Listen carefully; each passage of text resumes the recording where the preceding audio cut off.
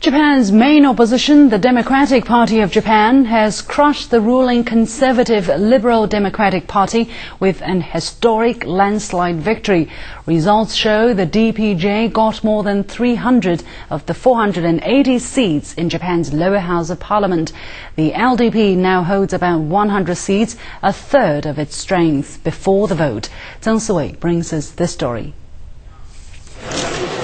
The victory by the Democratic Party of Japan ends a half-century of almost unbroken rule by the Liberal Democratic Party.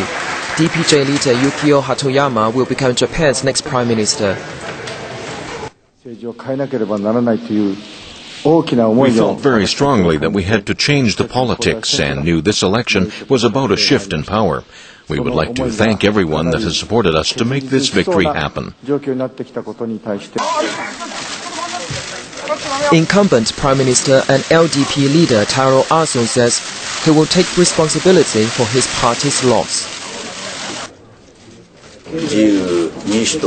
We couldn't wipe away the discontent of the Japanese people. I will resign from the position of LDP leader. In Tokyo, people cautiously welcome the historic moment. I voted for the DPJ because I really wanted a change.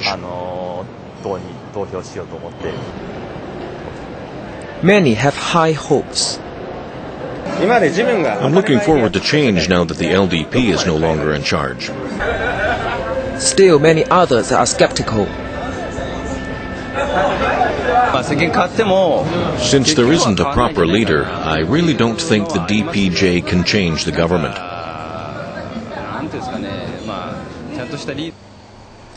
Yukio Hatoyama is considering the possibility of forming a coalition government. The DPJ is expected to launch an official transition team after deciding on key posts, including cabinet secretary, and then to complete appointments for the remaining posts. Zhang Siwei, CCTV. For more analysis, we earlier talked to Mr. Yang Bo-jiang, the Director of Japanese Studies under the China Institute of Contemporary International Relations. And Professor Yang first spoke about the challenges facing the Democratic Party of Japan. Well, the most serious problem which will be facing DPJ is that the probation period given to the DPJ administration actually is quite limited, it's quite short. As we all know that there will be another election in next July, the upper house election. If during the upper house election next year, if DPJ could not gain a simple majority in the upper house, it will be extremely difficult for the administration last for another 3 years.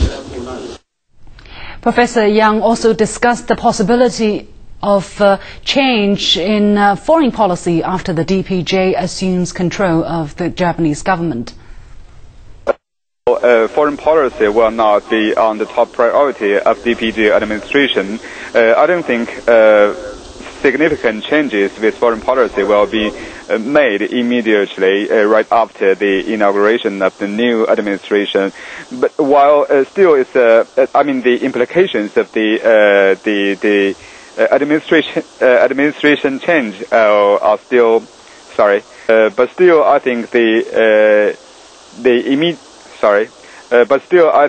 the inauguration of a totally new administration, namely the DPJ administration, for Japan's foreign policy is still very huge.